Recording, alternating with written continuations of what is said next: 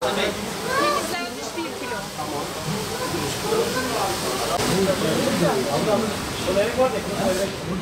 Müşterimizi bekliyoruz.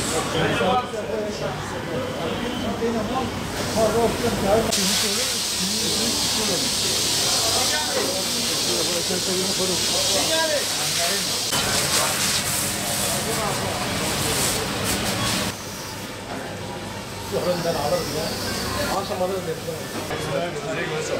Sen bırak hadi.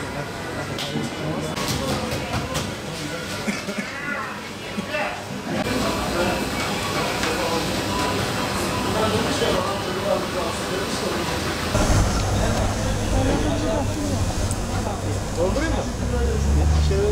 Yok veremem.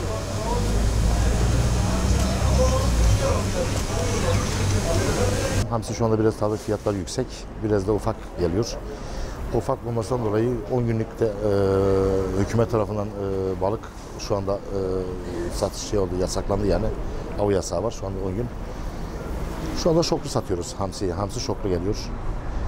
Ama inşallah yeni taze hamsi gelmeye başlayacak inşallah 10 gün sonra.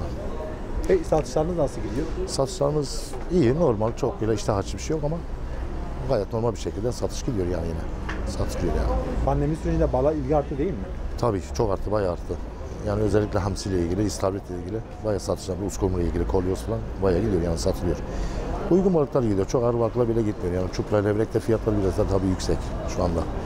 60, 65, 70 liraya kadar deniz balıkları ürünlerimiz satılıyor yani. Pandeminin harici yine diyor ya bizim Antep gerçekten çok ciddi bir şekilde balık tüketiyor. Pandemi olmasa yine yer. Artık etten sıkıldı. Biz gayet memnunuz balıkçılar olarak. Ben şahsım memnunum. Çok memnunuz yani işimiz çok iyi. Balık satışlarımız çok iyi. Tüketim fazla. Her kesime hitap eden fiyat listelerine göre balık var. Yani 20 liradan başlıyor. Her bütçeye uygun balık var yani. Herkes yiyebiliyor yani.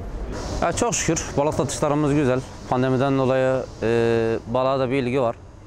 Bu virüsten dolayı bağışıklık sistemlerine iyi geldiği için müşterilerimiz de akın akın geliyor. Zaten hafta sonları da cumartesi pazar günü yasağımız var.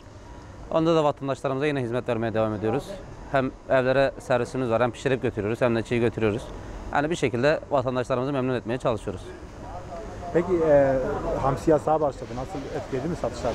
Hamsi yasak olmazdan önce de etkilediydi. Zaten bize yüksek geliyor. Hani Antep diğer 5-6 büyük şehre göre küçük olduğu için hani denizimiz de yok Antep'te. Çok da balık düşürmüyorlar yani Antep'e.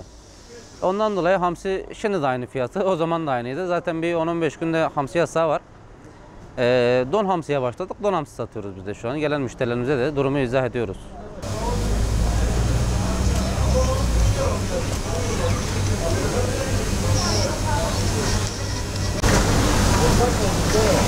Hoş geldin.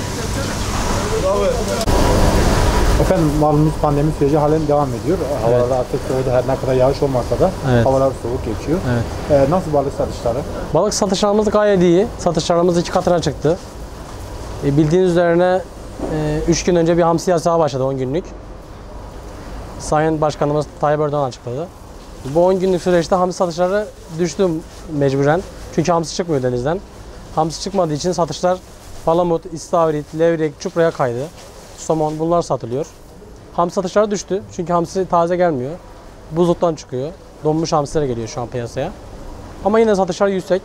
Halkımız pandemi dönemi olduğu için balığa rağbet gösteriyor. Büyük şehir olduğumuz için de satışlarımız gayet iyi, memnunuz yani. Halkımıza taze balık ulaştırmaya sürekli gayret gösteriyoruz. Bundan dolayı halkımız da memnun, biz de memnunuz satışlardan.